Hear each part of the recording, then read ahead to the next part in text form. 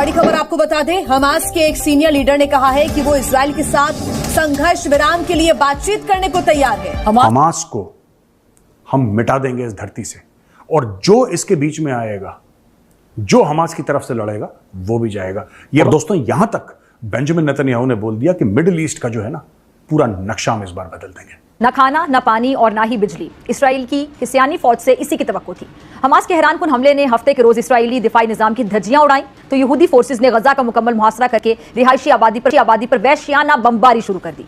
Israeli वजीर आजम Netanyahu का फलस्तीन में हमास और लेबनान में हिजबुल्लाह के खिलाफ भरपूर ताकत के साथ कार्रवाई का ऐलान।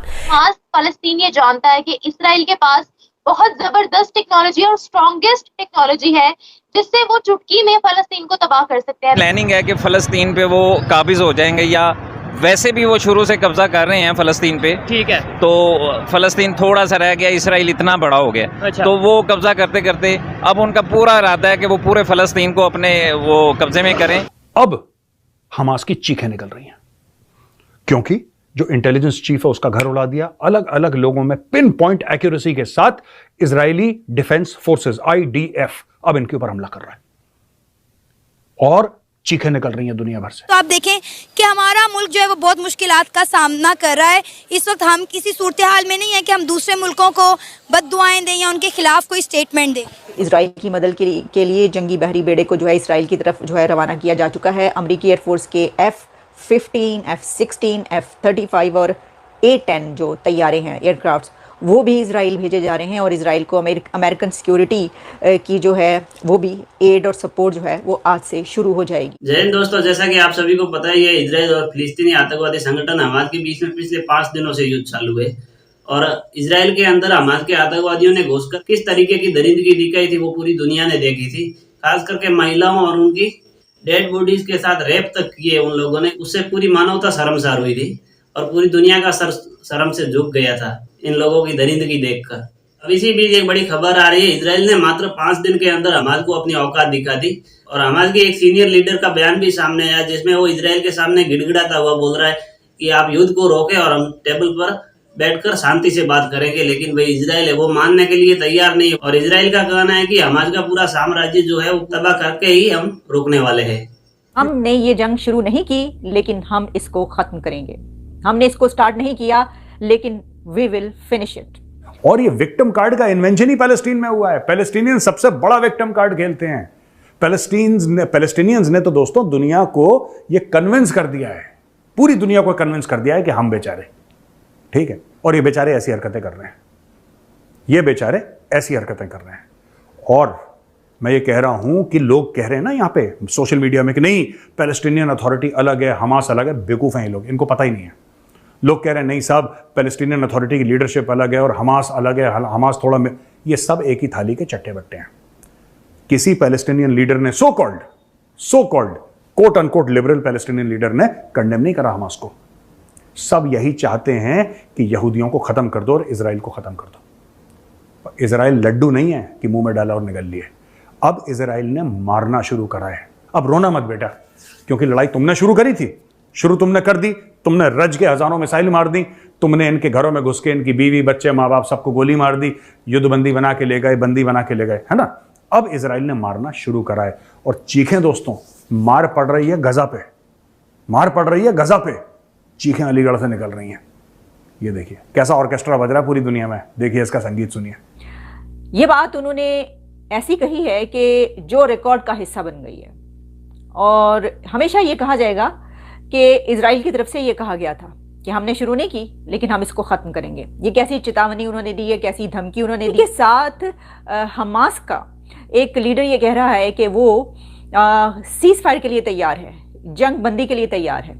क्या हमास अब जंग बंदी पर तैयार है, घुटनों पर आ गया है, ये क्या है?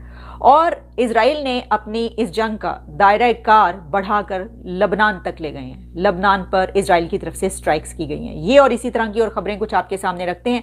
सबसे पहले बात करेंगे मिस्टर नेतन्याहू की उस स्पीच की जो कि उन्होंने नेशन से एक खिताब किया, और उसमें उनका ये कहना था दुनिया से कि इस जंग को हमने शुरू नहीं किया, लेकिन अब हम इसको ख़त्म करेंगे। उनका कहना था यानी हम इसको मुकम्मल करेंगे, यानी अब जो होगा वो हमारी तरफ से होगा। अभी तक जो हुआ वो हमास की तरफ से हुआ। उनका ये कहना था कि ये हम पर लादी गई है जंग, और इस तरीके से हम पर ये जंग लादी गई है कि एक वहशियाना और एक बहुत हौलनाक और खौफनाक तरीके से ये जंग हम पर लादी गई है। ये कहना था मिस्टर नेतन्याहू का। ये बात रिकॉर्ड का हिस्सा इसलिए बन गई कि कहीं पर पूरी दुनिया में जब भी कोई कॉन्फ्लिक्ट जन्म लेता है तो उसके बाद उनके लीडर्स की तरफ से क्या स्टेटमेंट्स आती हैं। तो अब ये रिकॉर्ड में रहेगा कि ये जंग जितना भी आगे बढ़ेगी, इसका इख्तिताम जो भी होगा, लेकिन अब ये किताबों में लिखा जाएगा कि मिस्टर नेतन्याहू ने ये कहा था, और इसलिए लिखा जाएगा क्योंकि ये सच है कि जो हमला हुआ है वो हमास की तरफ से हुआ है, एक इंतहाई खौफनाक हमला, जो उन्होंने कहा कि ये एक ब्रूटैलिटी या इस तरीके से हम पर लादी गई है कि इसका जवाब दिए बिना हम रह नहीं सकते और अब हम इसको ख़त्म करेंगे। तो ये बात सच है, क्योंकि उससे पहले हमास का जो हमला हुआ है वहाँ पर इजराइल पर, वो इतना खौफनाक हमला था कि पूरी दुनिया ये कह रही है कि इस तरीके से किसी के बॉर्डर्स के ज़रिए मुल्क के अंदर घुसकर वहाँ की ख़वातीन के साथ ज़्यादती करना, रेप करना और सैकड़ों की तादाद में वहाँ की ख़वातीन, लड़कियों, लड़कों, सबके साथ जो कुछ वहाँ पर हुआ है जुल्म, वो जो है उसको भुलाया नहीं जा सकेगा। तो जो मुझे नज़र आ रहा है, नेतन्याहू ने कहा है कि it's an all out war, it's not an operation.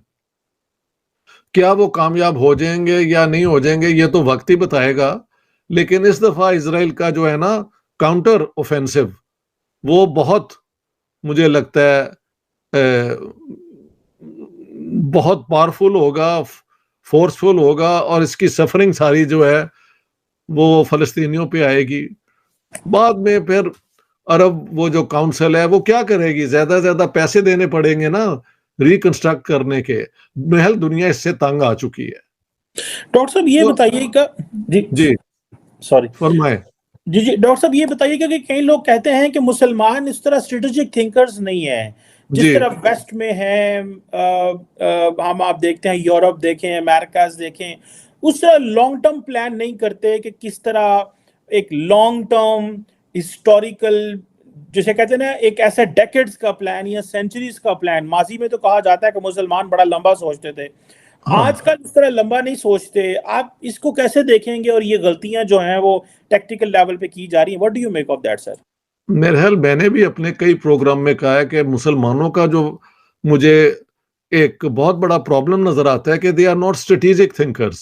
अब देखें ना, आपने हमला कर दिया है, कितने दिनों तक आप इसको बैकअप कर सकते हैं, नंबर वन। सो क्या मिलिटरीली ये सस्टेन हो सकता है लेट्स से 6 महीने तक, जबकि गाजा के अंदर ही आप फंसे हुए हैं। हाँ, उधर समुंदर है और गाजा जो है बड़ा नैरो किस्म का है, आपने देखा है उसका वो मैप, तो लिमिटेड है बिल्कुल। एक तो ये है, दूसरी बात ये है कि क्या इन्होंने प्रिपेयर किया है दुनिया को कि जी हमारे साथ इन्होंने कोई हमारे लिए जो एक 2 स्टेट वाला फॉर्मूला है या कुछ है, हमारे कुछ भी नहीं मिला। उनका अभी तक है कि we are going to throw Israel out in the sea. ये भी एक अनरियलिस्टिक उनका वो है। दोस्तों, इजराइल की ताकत के आगे हमास सिर्फ मात्र 5 दिन टिक पाया। इससे अपन अंदाजा लगा सकते हैं कि इजराइल की कितनी ताकत है। और विशेषज्ञों का तो ये भी कहना है कि जो कुछ इस्लामिक कंट्री हमास के साथ आज जो सपोर्ट में खड़ी है, अगर वो भी इस युद्ध में कूद पड़े ना, तो भी इन लोगों को बुरी तरह इजराइल पीटने की ताकत रखता है। इससे अपने को अंदाजा होता है कि इजराइल की कितनी ताकत है। अब पाकिस्तान की तो क्या ही बात करें, अपने ही घर के अंदर आग लगा कर बैठ जाते हैं, और इनके मौलाना तो मस्जिदों पर फिलिस्तीन के झंडे फहराकर सपने देख रहे हैं कि फिलिस्तीन युद्ध जीतेगा।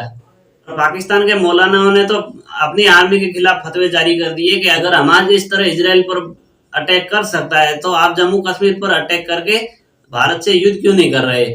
और आर्मी को तो पता है भाई हम किस तरह के हैं, क्योंकि 93,000 जो 71 की लड़ाई में सरेंडर किए, इसलिए उनको तो पता है कि भाई हमारी औकात कुछ नहीं है हिंदुस्तान के सामने। लेकिन मौलाना तो अब जज्बे वाले व्यक्ति है ना, इसलिए वो बोल रहे हैं कि भाई जम्मू कश्मीर के ऊपर भी बम दाग के भारत के साथ युद्ध किया जाए। लेकिन यहाँ पर एक मैं भी बात बताता चलूं कि अगर भारत के ऊपर 2-4 बम पाकिस्तान ने दाग भी दिए ना, और फिर मुझे नहीं लगता कि पाकिस्तान इस दुनिया के नक्शे पर दिखेगा। और वैसे भी आपके 3-4 राज्य तो भारत के साथ मिलने के लिए आज भी तैयार है। तो जम्मू कश्मीर को तो आप भूल ही जाओ, अब जो भी बात होगी पीओके पर बात होगी, और पीओके पर जिस तरीके से आप लोग अवैध कब्जा करके बैठे, और वो आने वाले समय में बहुत जल्द खाली करवाया जाएगा। चलिए दोस्तों, मिलते हैं नेक्स्ट वीडियो में। जय हिंद दोस्तों।